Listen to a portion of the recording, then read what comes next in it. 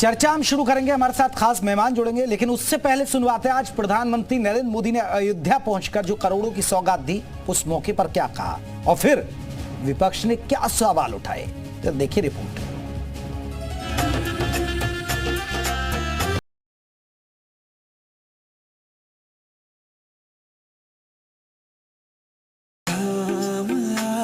सियावर रामचंद्र की, सियावर रामचंद्र की, सियावर रामचंद्र की जैसे जुड़ गई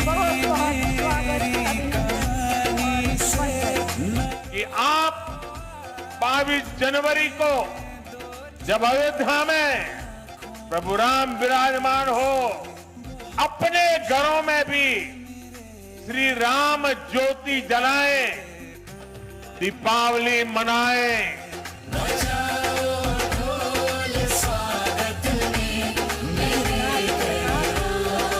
हम सब पूरी तैयारी के साथ 22 जनवरी के कार्यक्रम में अतिथियों के स्वागत के लिए उसी तत्परता से, इसी जोश खरोश के साथ हम कार्य कर पाएंगे।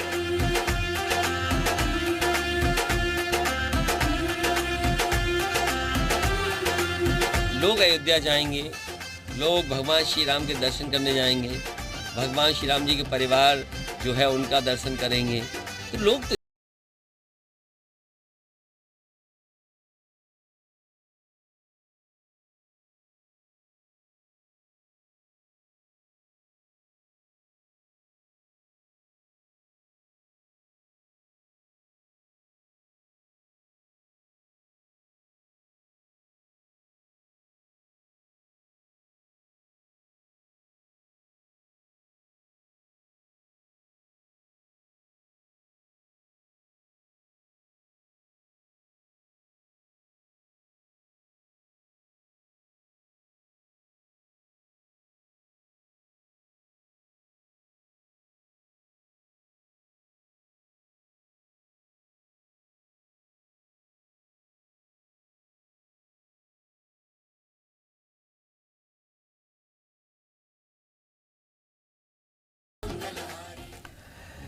तो आपको बता दें, आज इसी मुद्दे पर हम बात कर रहे हैं और ये मुद्दा है कि आखिरकार राम ज्योति से 24 में शक्ति। जी हाँ, ये एक बहुत महत्वपूर्ण मुद्दा है। हमारे साथ कई खास मेहमान जुड़ेंगे। जल्दी से आपको बता दें, संजय चौधरी जी जुड़ेंगे बीजेपी की तरफ से, रत्नेश मिश्रा जी हमारे साथ जुड़ गए, प्रवक्ता हैं कांग्रेस के। रत्नेश जी बहुत बहुत स्वागत है। हमारे साथ एच.एस. रावत है, हिंदू धर्मगुरु रावत साहब भी हमारे साथ जुड़ गए, बहुत बहुत आपका स्वागत है। सबसे पहले कांग्रेस की तरफ से रत्नेश मिश्रा जुड़े, चर्चा की शुरुआत उनसे कर रहे हैं। मिश्रा जी, 22 तारीख को दिवाली मनाएंगे, दिए जलाएगी कांग्रेस? जी बिल्कुल जलाएंगे और बिल्कुल मनाएंगे। और आपको और सभी मेरे फेलो पैनलिस्ट को और देश को मेरी तरफ से जय सिया राम, जय जय सीताराम। देखिए, रही बात दिवाली मनाने की, तो हम हर साल दिवाली मनाते हैं। और जेपी जो मैं तो बड़ा सौभाग्यशाली हूं कि मैं अयोध्या की पावन धरती पर मुझे प्रभु सिया राम ने जन्म दिया और अपना सानिध्य प्रदान किया मुझे बचपन से ही। रही बात राजनीतिक रूप से बात करने की, तो देखिए जेपी जी, मैं मानता हूं कि ना तो मैं इतना सक्षम हूं, ना ही भारत का कोई भी इतना सनातनी सक्षम है कि वो प्रभु श्री राम पे या प्रभु सिया राम पे चर्चा कर सके। वो अनंत है, उन पर चर्चा नहीं की जा सकती। हाँ, राजनीति करने वाले लोग उन पे राजनीति कर सकते हैं, लेकिन अगर प्रभु सिया राम के मंदिर के बनने के अवसर पर अगर राजीव गांधी जी को न याद किया जाए और कांग्रेस पार्टी को न याद किया जाए, तो मुझे लगता है कि फिर ये प्रभु सिया राम के मंदिर के लिए जो आंदोलन, तो रत्नेश जी आप याद करिए ना, आपको किसने रोका है? आप कांग्रेस वाले उनको याद करिए। बीजेपी अपने आंदोलन को याद कर रही है, उन्होंने कितनी लड़ाई लड़ी इसके लिए, और आप अपनी। जेपी जी मैं थोड़ा सा राम मंदिर का इतिहास टटोलूंगा। ये बात 1948 की है, जब अयोध्या से बाबा राघवदास जी सांसद हुआ करते थे, कांग्रेस पार्टी के नेता थे, और उनके नेतृत्व में राम मंदिर परिसर में मूर्ति रखी गई।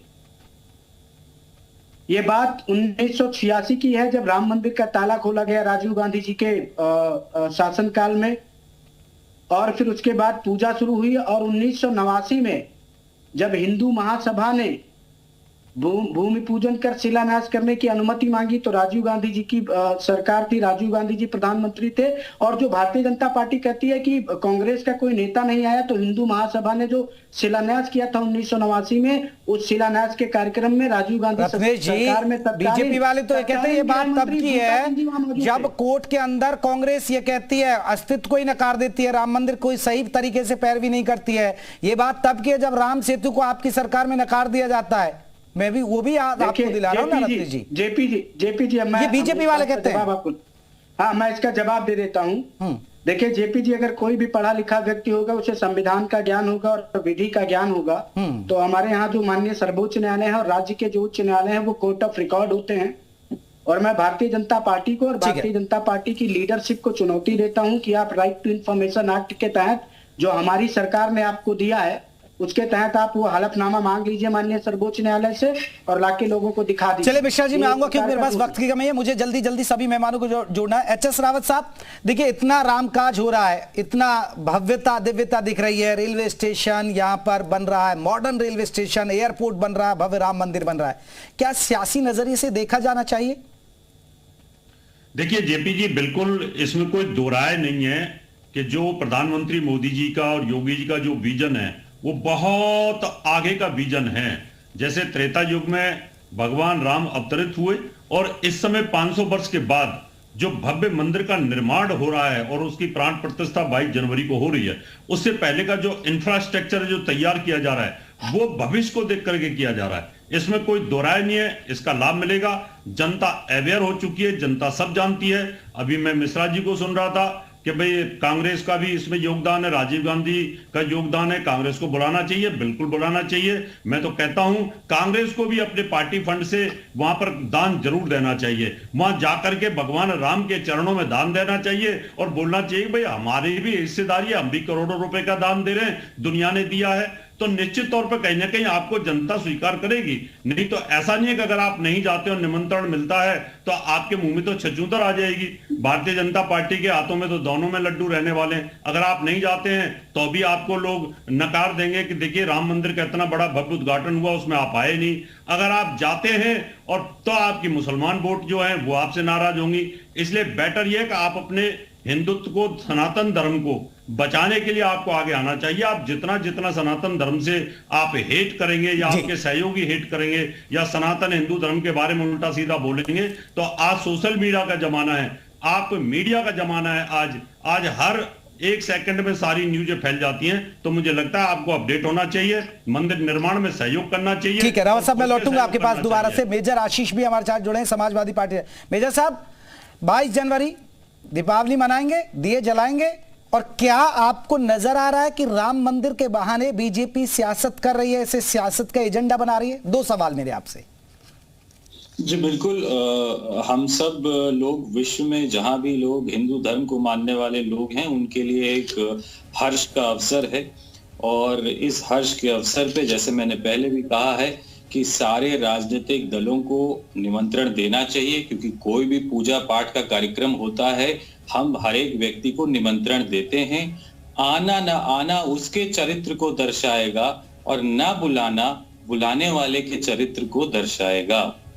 तो कहीं ना कहीं, और जहां तक आपका दूसरा सवाल कि क्या इस पे राजनीति हो रही है, तो कहीं ना कहीं ऐसा दिखता जरूर है, ऐसा प्रतीत जरूर होता है कि जो भी कार्य किए जा रहे हैं उनको किसी तरीके से, क्योंकि एक धार्मिक अनुष्ठान है, एक राजनीतिक या किसी सरकार का कार्यक्रम नहीं है, ये एक धार्मिक जो है गतिविधि, उसके तहत ये चीज हो रही है। तो धर्म को धर्म की तरह रखना चाहिए, उसे राजनीति से नहीं जोड़ना चाहिए। नहीं, सियासी नजरिया क्यों नजर आ रहा है आपको मेजर साहब?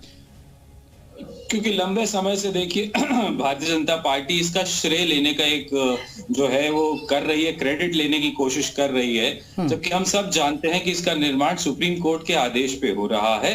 और इसमें बहुत से जो चंदा आया है, जो लोगों ने दिया है, वो केवल भारतीय जनता पार्टी ने नहीं दिया है, वो लोगों ने दिया है, देश के नागरिकों ने दिया है। तो देखा जाए तो जिन लोगों ने दिया है उनके जो है चंदे से जो है वो बन रहा है, तो उसमें योगदान तो उन लोगों लोगों का है जिन लोगों ने जो भी जिसने 100 रुपए, 50 रुपए, 10 रुपए, कुछ बड़े संस्थानों ने बहुत ज्यादा दिया हो, उनके माध्यम से बन रहा है।